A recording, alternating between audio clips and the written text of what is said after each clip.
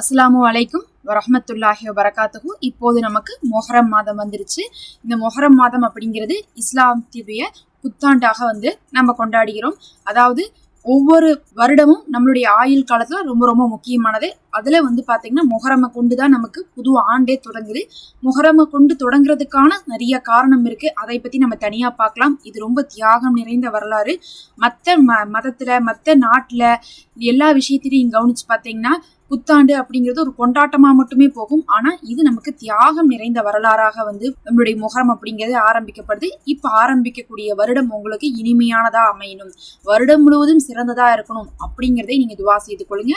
நபி ஸல்லல்லாஹு அலைஹி வஸல்லம் அவர்களாகட்டும், இன்னும் நம்ம நிறைய இடங்கள்ல நம்ம பார்த்திருக்கோம் அறிவிப்புகள் எல்லாம். எல்லா விஷயத்திலையுமே அல்லாஹ் இடத்துலதான் என்ன பண்ணுவாங்க, முதல்ல துவா செய்வாங்க. எந்த ஒரு விஷயத்தையும் ஆரம்பிக்கும் போதே அல்லாஹ் இடத்துலதான் என்ன பண்ணுவாங்க, துவா செய்து ஆரம்பிப்பாங்க. அதுலயும் பிஸ்மி ஓதிதான் ஆரம்பிப்பாங்க. இன்னைக்கு அப்படி ஒரு எளிமையான அமல் தான் சொல்ல போறேன். இதை நீங்க உங்களுடைய வீட்டுல ஒரு பேப்பர்ல, சும்மா ஒரு காலி பேப்பர்ல எழுதி மடிச்சு நீங்க வீட்டுல வச்சுக்கோங்க. எழுதி நீங்க பத்திரமா வச்சிருந்தாவே போதும். உங்களுக்கு வருடம் முழுவதுமே பாதுகாப்பும் ரஹ்மத்தும் பரக்கத்தும் கிடைக்கும்னு சொல்லலாம். நீங்க இந்த வருடம் ஆரம்பிக்கும் போதே பாத்தீங்கன்னா ஒரு சில முக்கியமான அமல்கள்லாம் ஒவ்வொன்றா செய்யணும். அதெல்லாம் நம்ம ஒவ்வொன்றா வீடியோ போட்டுட்டு தான் வந்துட்டு இருக்கோம். நீங்க அதெல்லாம் தொடர்ச்சியா பாருங்க. ஏன்னா ஒரு வருடத்தை ஆரம்பிக்கும் போது தலை சிறந்த அமல்களை கொண்டு ஆரம்பிக்கும் போது அந்த வருடமே உங்களுக்கு எப்படி இருக்கும், தலை சிறந்த வருடமாக மாறும். அதுலயும் முக்கியமா பரக்கத்தான வருடமாக மாறும். பரக்கத் ரொம்ப ரொம்ப முக்கியம். நமக்கு என்ன அல்லாஹ் கொடுத்தாலும் சரி, அதுல பரக்கத் மட்டும் இருந்துட்டா போதும். நமக்கு ரொம்ப ஒரு நிரப்பமான வாழ்க்கையை வாழ முடியும். அதற்கு இந்த அமல் ரொம்ப ரொம்ப முக்கியம். இந்த அமலை பாக்குறதுக்கு முன்னாடி நீங்க ஒரு விஷயத்த என்ன பண்ணுங்க, தீர்மானமாக எடுத்துக்கொள்ளுங்க. இப்ப நம்ம புது வருடத்தை போறோம். அப்ப ஒவ்வொரு வருடமும் நம்மளுடைய ஆயுள் காலத்துல கழிஞ்சு போயிட்டு இருக்கு. இப்ப நமக்கு அல்லாஹ் ஒரு 70 வயசு தான் இந்த அடியானுடைய வாழ்க்கை நாட்கள் அப்படின்னு சொல்லிட்டு அல்லாஹ் வச்சிருந்தான்னு வச்சுக்கோங்க. அதுல இப்ப நம்ம ஒரு வருஷத்தை கடந்து போறோம், இன்னொரு வருஷத்துக்கு வரோம்னா நம்மளுடைய ஆயுள் பாத்தீங்கன்னா மரணத்தை நோக்கி நெருங்கி கொண்டிருக்குன்னு அர்த்தம். அல்லாஹ் நம்மள இடத்துல என்ன எதிர்பார்க்கறான்னா, இந்த அடியான் அறியாத காலத்துல நிறைய தவறு செஞ்சான். அப்புறம் பாத்தீங்கன்னா ஒரு இளமை பருவத்திலயும் என்ன பண்ணோம், நம்ம நிறைய தவறுகளை செஞ்சிருக்கோம். நிறைய சைத்தானுடைய ஊசலாட்டத்தினாலையும் நம்ம ரொம்ப எங்கா இருக்கோம் அப்படிங்கக்கூடிய விஷயத்துல நம்ம நிறைய என்ன பண்ணிருக்கோம், தீனை விட்டு தூரமா இருந்திருக்கோம். ஆனா நமக்கு வயது ஆக ஆக நம்ம மரணத்தை நோக்கி நெருங்கி வரும்போது நம்ம அல்லாஹ்வை நோக்கி நெருங்கி போறோமான்னு அல்லாஹ் பார்ப்பான். அல்லாஹ் நம்மள இடத்துல தக்வாவை எதிர்பார்ப்பான்.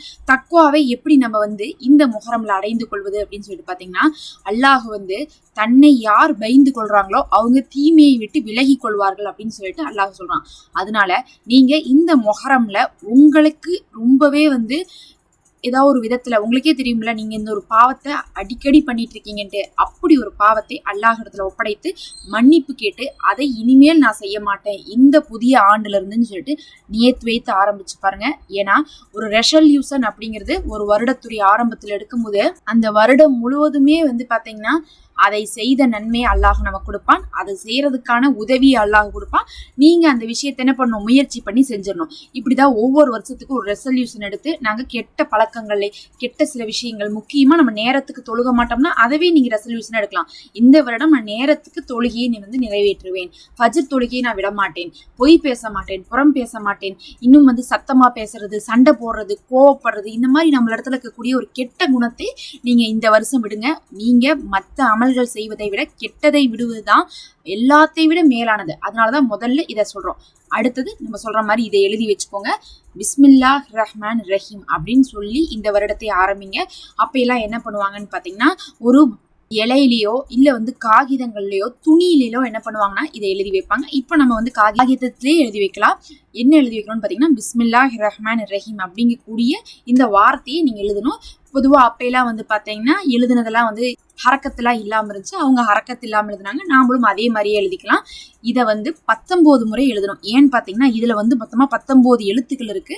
இதை 19 முறை எழுதி 19 முறை ஓதிட்டு நீங்க அல்லாஹ்விடத்துல துவா செய்து இந்த வருடத்தை ஆரம்பிங்க. உங்களுக்கு வருடம் முழுவதும் என்னவா இருக்கும், ஒரு நிரப்பமான பரக்கத்தா இருக்கும். நான் பிஸ்மி சொல்லி ஆரம்பிக்கிறேன். இந்த வருடம் நல்லதா இருக்கணும், எந்த முசீபத்தும் இருக்கக்கூடாது, ஷைத்தான் வரக்கூடாது, அல்லாஹுடைய அருள் கிடைக்கணும், அல்லாஹுடைய பரக்கத் கிடைக்கணும்னு சொல்லிட்டு பிஸ்மில்லாஹ் ரஹ்மான் ரஹீம் அப்படிங்கிறதை 19 முறை பேப்பர்ல எழுதி நீங்க 19 முறை ஓதி விட்டு ஆரம்பிங்க. இந்த பேப்பரை மடிச்சு வீட்டுல ஒரு இடத்துல பத்திரமா அடுத்த ஒரு ஆண்டு மொஹரம் வர்ற வரையுமே என்ன பண்ணுங்க, பத்திரமா வச்சிருங்க. ஏதாவது பாத்தீங்கன்னா பொதுவா அந்த குரான் வைக்கக்கூடிய இடம், ஏதாவது கிதாப் வைக்கக்கூடிய இடம், இந்த மாதிரி ஸ்லாப் எல்லாம் இருக்கும்ல, அங்க மடிச்சு பத்திரமா வச்சிருங்க. இது வீட்டுக்கு ரொம்பவே நல்லது. அடுத்தடுத்து வீடியோ வந்துட்டே இருக்கு, பார்த்து அமல் செய்து கொள்ளுங்க. நம்ம சேனல்ல மெம்பர்ஷிப் இருக்குது. ஒரு ஹதியாவா ஜாயின் பண்ணிக்கோங்க.